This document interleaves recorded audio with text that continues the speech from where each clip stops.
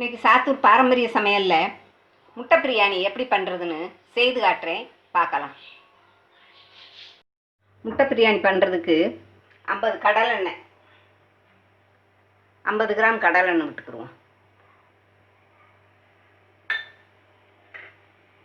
நெய் 1 ஸ்பூன் விட்டுக்குருவோம்.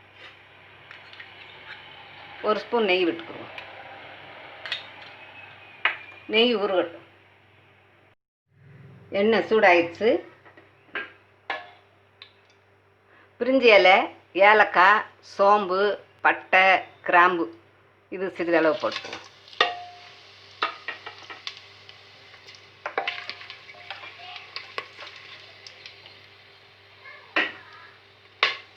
ஐம்பது சின்ன வெங்காயம் பொடுசாக கட் பண்ணி வச்சுருக்கேன். 2 பச்சை மிளகாய்,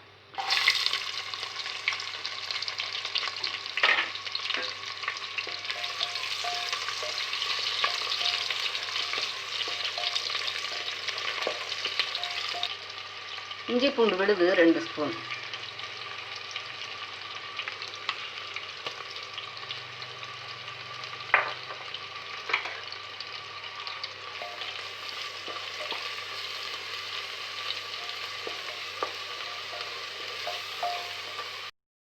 புதினா கொத்தமல்லி ஒவ்வொரு கைப்பிடி அளவு எடுத்து பேஸ்ட் பண்ணி வச்சுருக்கேன், அதையும் போட்டுக்குவோம்.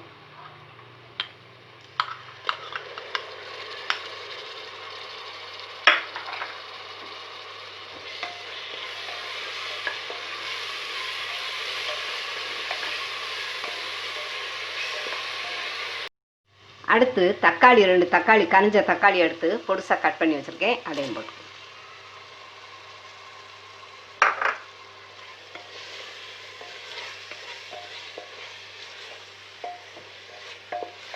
மீல் மேக்கர் ஒரு 150 மீல் மேக்கர் எடுத்து நல்லா வெந்நீரில் போட்டு சுத்தம் பண்ணி அதையும் போட்டுக்குருவோம். ஏன்னா முட்டை பிரியாணி அது கூடவே கொஞ்சம் மீல் மேக்கர் போட்டோம்னா நம்மளுக்கு டேஸ்ட் அதிகமாக இருக்கும், சாப்பிட்றதுக்கும் ரொம்ப நல்லாயிருக்கும். அதையும் போட்டுக்குவோம். மட்டன் பிரியாணி மாதிரி நல்லா டேஸ்ட் வரும்.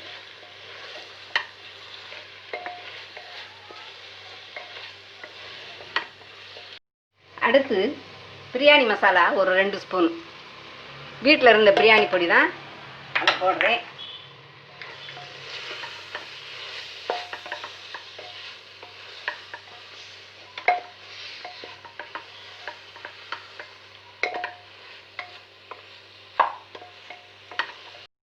இந்த இதுக்கு தேவையான உப்பு,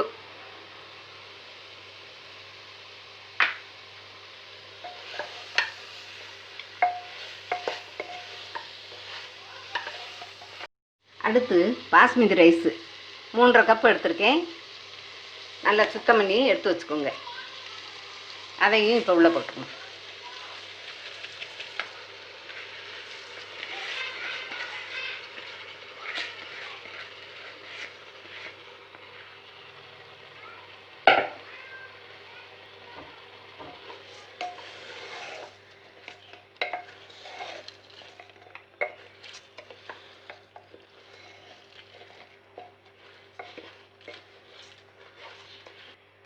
இந்த அரிசிக்கு தேவையான உப்பு போட்டுக்கணும்.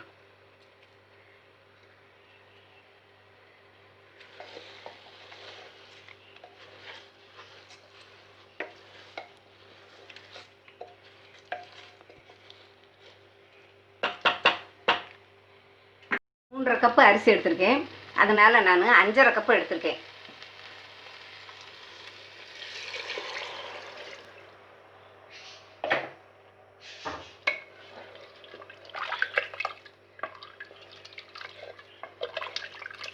அடுத்து அரை லெமன் எடுத்து அதை பிழிஞ்சு விட்டுருவோம்.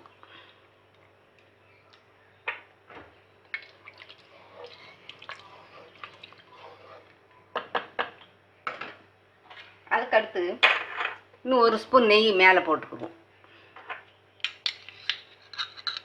1 ஸ்பூன் நெய் விட்டுக்கோங்க.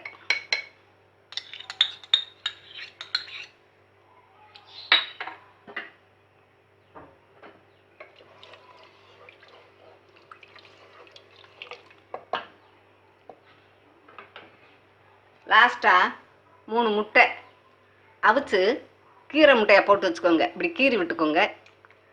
கீறி விட்டு அதையும் போட்டுருவோம். இப்போ மூடி வச்சுருவோம்.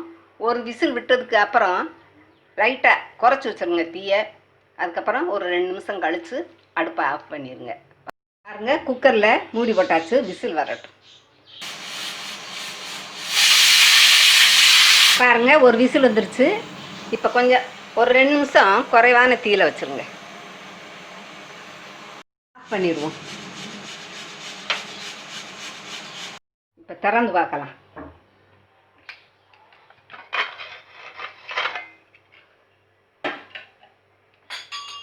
பாருங்க, இப்போ நம்மளுக்கு முட்டை பிரியாணி ரெடி.